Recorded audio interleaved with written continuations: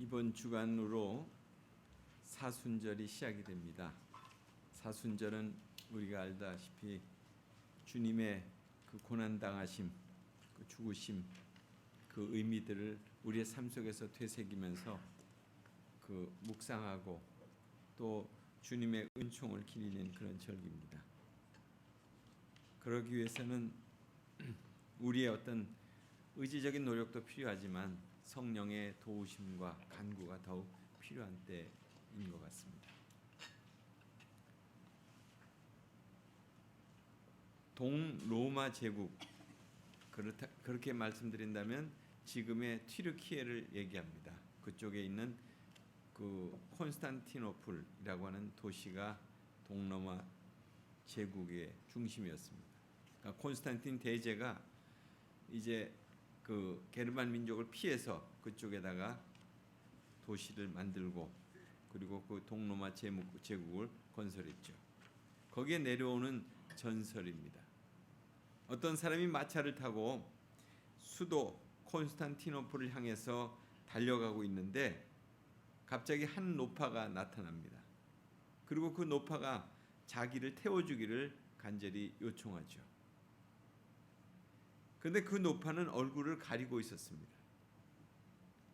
그래서 그 마차에 있는 사람이 그 노파에게 묻는 거야. 당신은 누구냐고, 어디서 오는 거냐고. 근데 말이 없어요. 그래도 자꾸 물으니까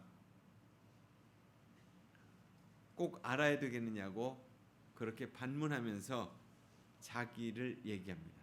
나는 콜레라 귀신이요. 이렇게 얘기하는 거예요. 마차에 탄 사람은 깜짝 놀랐습니다. 왜 이 도시에 들어가려고 하는 거요? 당신 때문에 수많은 사람들이 죽어가고 있지 않소? 당장 내리시오. 그러자 그 사람이 그 노파가 그런 내가 5명만 죽이겠소. 만일 5명 이상 죽이면 나를 죽이시오. 그렇게 말할 때쯤 됐을 때 그 마차는 콘스탄티노플에 도착하게 됩니다. 그 콜레라균이 사방으로 퍼지면서 500명이나 죽었어요. 화가 난 그 사람은 콜레라 귀신을 죽이려고 찾고 찾은 끝에 마침내 만났죠. 그리고 항의합니다. 아니 당신이 5명만 죽이겠다고 해놓고 이렇게 많은 사람을 죽인 거요? 이제 당신이 죽을 차례요. 이 말을 들은 이 콜레라 귀신이 나는 아직 한 명도 죽이지 않았소. 단지 내가 온다는 소식을 듣고 공포로 인해서 죽은 것이요. 우리 곁에 다가오는 두려움은 사실 실제 두려워할 그런 사건 자체보다도 더 두려운 감정으로 우리를 겁을 먹게 해서 우리가 일을 하는데 방해할 때가 있잖아요. 그러니까 공포 의식이 결국 우리의 삶을 옥죄기 시작한다는 거죠. 그러니까 우리를 두렵게 하는 것은 지금 당장 어떤 일이 일어나서가 아니라 앞날에 대한 두려운 감정이 더 크다는 사실을 우리가 알 수 있는 그런 얘기예요. 사실 예수님도 십자가에 달려 돌아가신 이후에 그럴 때 그 제자들에게 그렇게 말씀하셨잖아요. 그 전에 너희는 마음에 근심하지 말라. 하나님을 믿으니 또 나를 믿어라. 실제로 하나님에 대한 확고한 신앙이 그들에게 있었다면 아마 두려움이 없었을 거예요.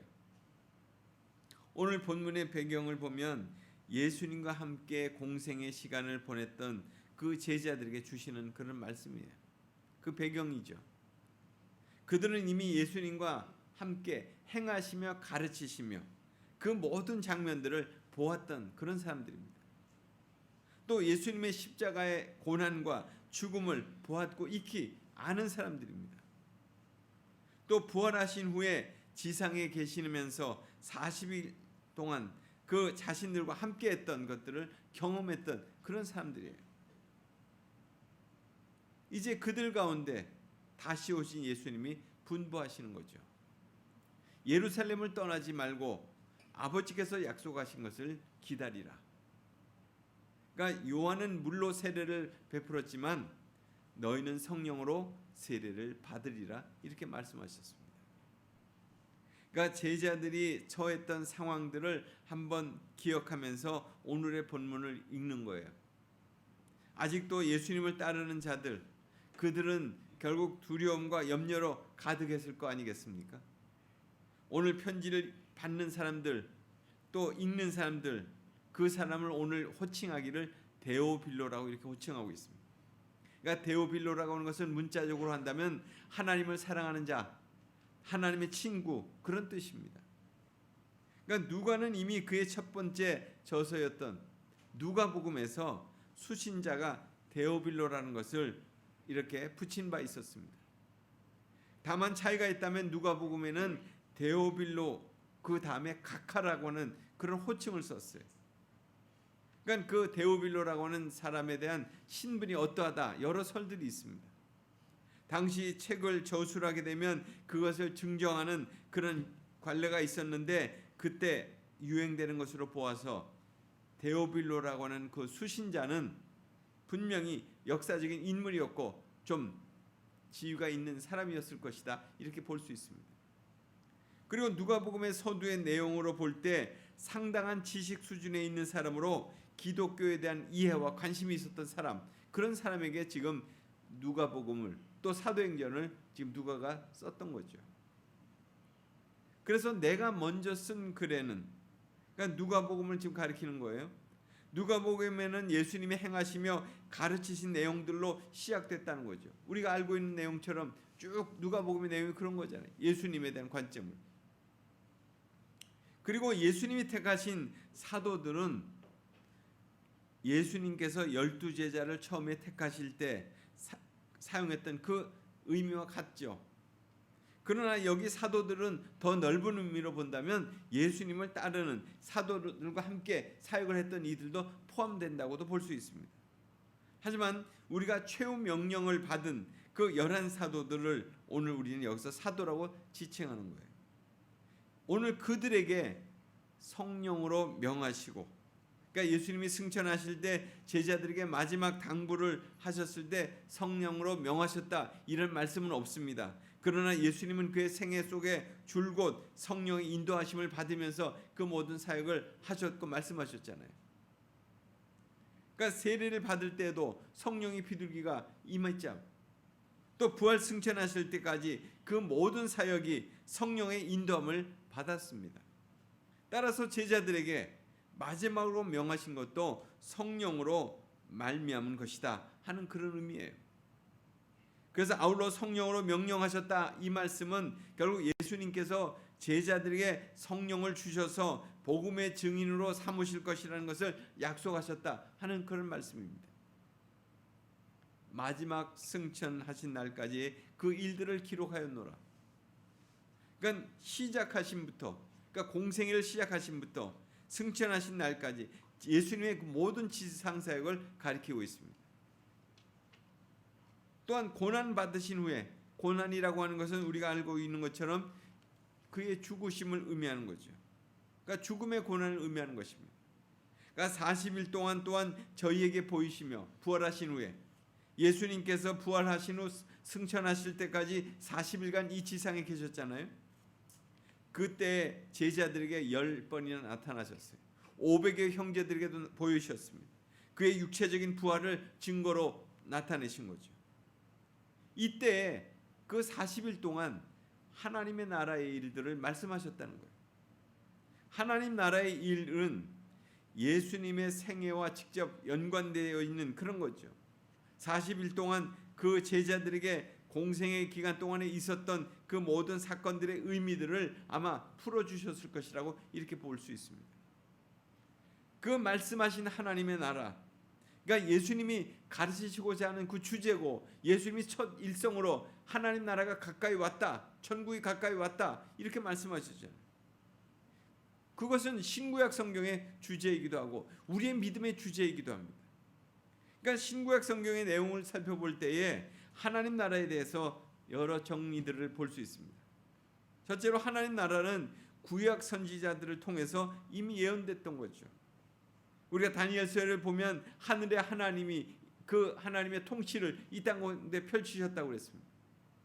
또한 두 번째로 하나님의 나라는 예수님께서 오심으로 시작된 거잖아요. 천국이 가까이 왔다. 이러면 하나님 나라가 이 땅에 이제 임하기 시작한 거죠. 마태복음 12장 28절에 보면 하나님의 성령을 힘입어서 귀신을 쫓아내는 것이면 하나님의 나라가 임한 것이다. 이런 말씀이 있습니다. 그러나 하나님의 나라는 아직 완성되지 않았어요. 절정에 이르지 않았습니다. 하나님 나라는 세 번째로 예수님의 재림 때에 이르러서 완성이 될 것이라는 거예요. 하나님의 나라는 하나님이 왕으로 다스리시는 그런 나라예요. 하나님 나라는 영역을 가리키는 것이기도 하지만은 1차적으로는 하나님의 통치, 하나님의 주권, 하나님의 왕권 이것과 관련된 그런 말씀이기도 하죠. 그래서 하나님이 왕으로 주권을 행사하시는 나라가 바로 하나님의 나라다 이렇게 말씀하는 거예요. 부활하신 예수님께서 사도와 함께 모이사 오늘 말씀해 보면 부활하신 예수님이 그 사도들과 함께 나타나셨잖아요. 그리고 게네사렛 호숫가에서 그들과 함께 음식도 잡수셨죠. 이 모든 것들을 우리가 살펴볼 수 있습니다. 그러니까 사도들에게 그러면서 마지막으로 말씀하시기를 예루살렘을 떠나지 말라고 하셨습니다. 이 예루살렘은 어떤 곳입니까? 솔로몬 왕이 성전을 건축한 장소잖아요. 또 그것은 그 예루살렘은 어떤 곳입니까? 모리아 산에 성전을 건축했는데 우리가 알고 있는 이 모리아 산은 어떤 곳이에요? 아브라함이 그의 아들 이삭을 바쳤던 돌제단을 쌓았던 곳이 이 바로 모리아 산입니다. 그러니까 이처럼 예루살렘은 구속사적인 측면에서 아주 중요한 의미를 갖추고 있는 그런 곳이에요. 이삭의 범죄를 통해서 그리스도의 희생의 어떤 그 모든 것들을 미리 보여주신 그것을 재현했던 곳이 바로 그곳 아니에요. 그곳에다가 성전을 짓게 하셨어요. 이건 우연이 아니죠. 뿐만 아니라 예루살렘은 여호와의 말씀이 나올 곳이라고 미가서에 그렇게 예언되었습니다. 또 율법이 시온에서 나오며 여호와의 말씀이 예루살렘에서부터 나올 것이다. 그리스도께서 십자가에 못 박혀 죽으신 곳도 바로 예루살렘이에요. 그러니까 이 예루살렘은 진리의 중심지고 또한 신약의 터전으로서 중요한 의미를 가지고 있고 또한 바로 이 예루살렘을 떠나지 말라고 분부하신 것은 바로 진리의 운동이 출발하는 그곳이기 때문에 바로 이 예루살렘을 떠나지 말라 이렇게 말씀하신 거예요. 그 떠나지 말고 아버지께서 약속하신 것을 기다리라고 그랬습니다. 아버지의 약속은 주님께서 마지막 날 밤에 제자들에게 말씀하신 그 모든 내용들의 중심을 얘기하고 있습니다. 보혜사 성령께 관한 약속하신 바 바로 약속하신 그 성령께서 하신 복음의 비밀을 그들에게 일깨워 주시는 능력 있는 복음을 전하게 하게 되는 그런 역사가 일어날 것이다. 그런 말씀이죠. 너희는 몇 날이 못 되어 그런 일이 일어나게 될 거다. 실질적으로 40일 지상에 계신 다음에 그리고 나서 열흘이 지난 다음에 성령의 그 역사가 일어났잖아요. 제자들이 성령을 받은 날이 바로 이 열흘 후가 됐죠. 성령으로 세례를 받으리라. 그러니까 구약 예언에 의하면 성취되는 날에는 바로 하나님의 영이 모든 육체 위에 부어질 거라는 거예요. 이제 그리스도께서 구속 사역을 이루시고 그리고 승천하심으로써 참으로 죄를 회개하고 믿음으로 고백한 모든 그런 백성들에게 성령으로 세례를 주실 것이다. 이렇게 말씀하신 겁니다. 그러니까 누가를 통해서 주어지는 오늘의 본문의 말씀은 이처럼 예수님의 생애, 탄생과 공생애, 죽음과 부활을 알고 있는 모든 사람들에게 주어진 말씀이에요. 이 말씀을 읽고 있는 우리에게 주어진 말씀이에요. 무엇을 어떻게 해야 될지 모르고 있는 그들에게 주신 그런 주님의 말씀이에요. 그들의 앞날에 대한 두려움이 많았어요. 우리 앞날에 두려움이 많아요. 자신들의 믿음을 어떻게 가져야 될지 궁금했어요. 그것을 위한 답으로 오늘 주신 말씀이죠. 그들의 삶의 유일한 근거는 바로 이런 주님의 약속의 말씀에 있는 거예요. 오늘 우리의 삶의 유일한 근거도 바로 이 주님의 말씀에 있는 거죠. 성령으로 세례를 받으리라. 결국 성령으로 충만해지면 우리의 삶에 새로운 전기가 펼쳐지게 될 것이다 하는 거예요. 오늘과 같이 불안한 시대에, 힘든 시대에 우리가 다시금 우리가 붙잡고 나가야 될 약속의 말씀입니다. 성령으로 세례를 받는다고 하는 것은 성령으로 충만해지는 것이에요. 성령으로 충만해지면 어떻게 됩니까? 삶의 담대함과 용기가 생겨나게 되는 거예요. 따뜻한 마음으로 가득하게 됩니다. 자신의 삶에 하나님이 주신 소명을 깨닫게 되는 거죠. 그리스도인으로 산다고 하는 것이 바로 성령 충만하시기를 간구하는 것입니다. 내가 그리스도인, 그것은 바로 내가 성령 충만한 사람으로 살아가야 될 그런 소명이 있다고 하는 것을 일깨워주는 거죠. 우리가 예배를 드리는 것은 하나님의 말씀에 자신의 삶을 돌아보고 회개함으로써 시작되는 것입니다. 자신의 삶을 드리고 하나님의 은총을 경험하고 그리고 응답의 삶을 살아가는 것이 바로 예배예요. 예배자의 삶이에요. 이 모든 과정을 이루는 역사는 무엇으로 이루냐? 성령의 역사로 이루어지는 것입니다. 성령의 역사가 우리의 삶에 일어나기 시작할 때 우리는 하나님의 사람으로 이제 살아가게 되는 것이죠. 성령은 하나님과 예수님처럼 우리와 함께 하시는 삼위일체 하나님이세요. 삼위일체 하나님이세요.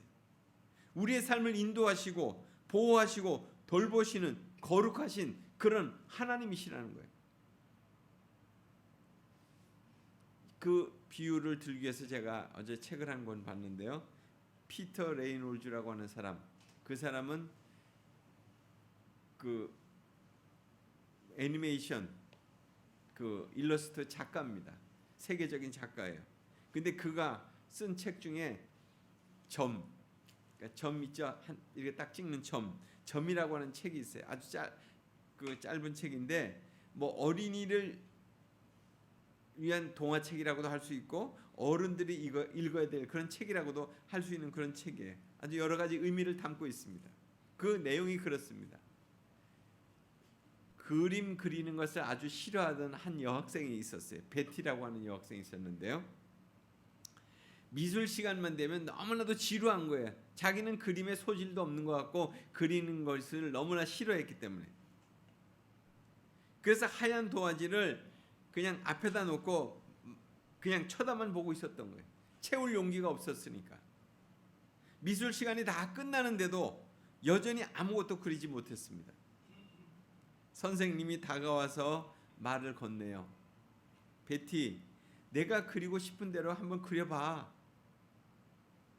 베티는 화가 잔뜩 난 표정을 짓고 그냥 연필을 꾹 움켜쥐고 그냥 하얀 그 도화지에다 그냥 내리 꽂아 찍었습니다. 그러니까 연필로. 그러니까 점이 하나 딱 찍혔을 뿐이겠죠.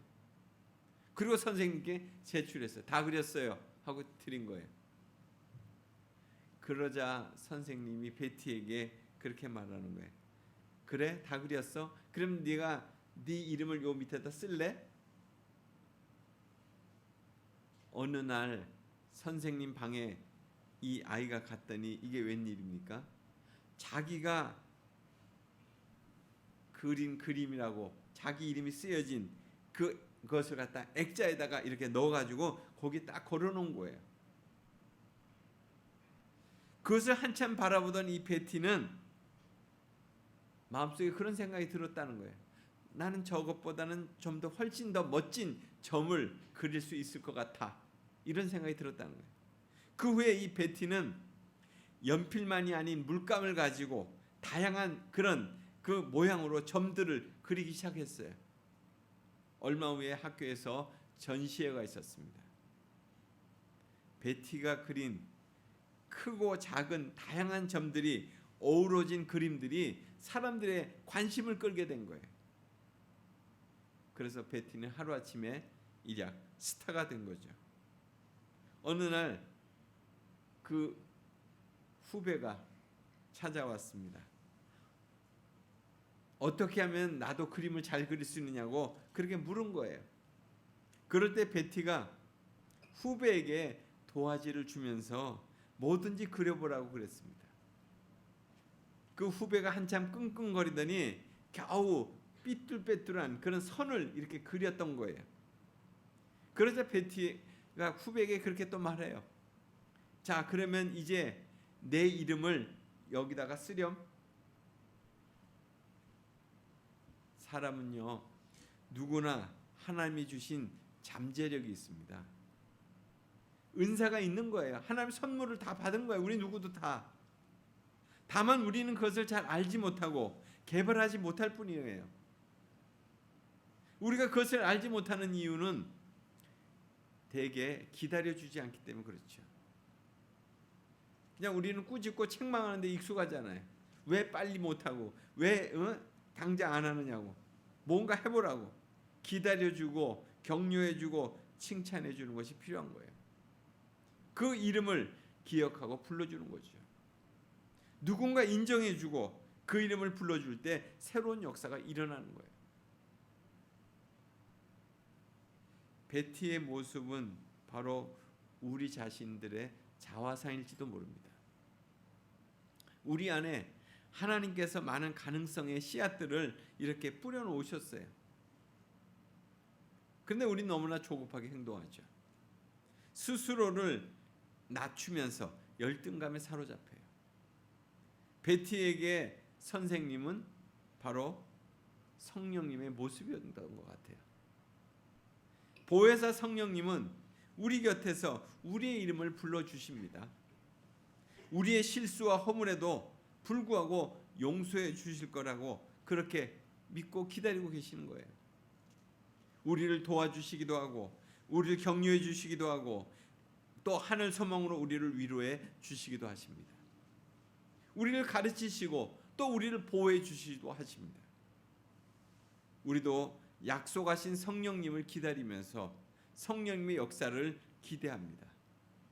성령님은 우리의 잠재력과 가능성을 보시면서 일어나 함께하자고 그렇게 말씀하세요. 우리들이 믿음으로 도화지에 점을 찍는 그 순간 성령님이 도와주실 것입니다. 엉터리 같은 그림의 도화지에 자 이제 여기에 내 이름을 쓰렴 그렇게 말씀하실 거예요. 그리고 우리의 슬픔을 기쁨으로 우리의 탄식을 새 노래로 바꾸어 주실 것입니다. 성도 여러분, 성령님과 함께 힘차게 하나님이 주신 그 소명을 붙들고 참된 믿음의 삶을 살아가게 되시기를 간절히 기도합니다. 우리 함께 찬양 하나 하겠습니다. 우리 모일 때 주 성령 임하리.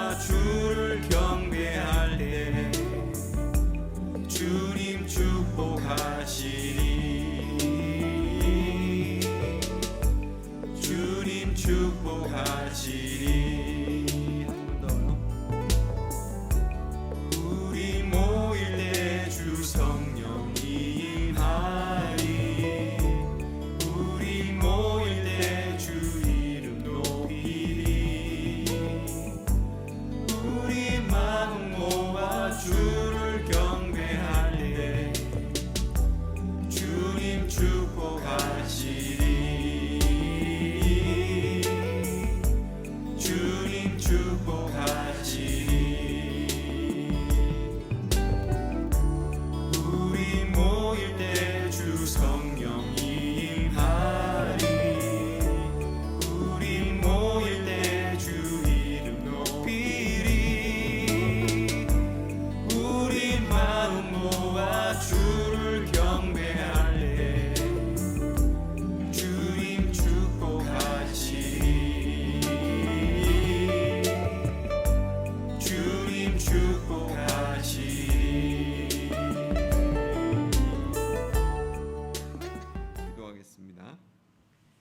하나님 아버지 감사드립니다. 오늘 우리의 삶에 다시 한번 새로운 비전과 소명을 주실 때 주의 성령께서 우리를 격려하시고 이끄시며 인도하심을 다시 한번 주의 말씀을 통해서 깨닫게 하심을 감사드립니다. 오늘 우리의 삶이 주님 앞에 있습니다. 또 주께서 인도하실 것이고 주장할 것을 믿고 나아갑니다. 이 사순절의 기간을 통해서 다시 한번 주의 성령과 함께 주님의 길을 하나님 걸어가는데 부족 없는 생활이 될 수 있도록 축복해 주시옵소서. 예수님 이름으로 기도드리옵나이다. 아멘.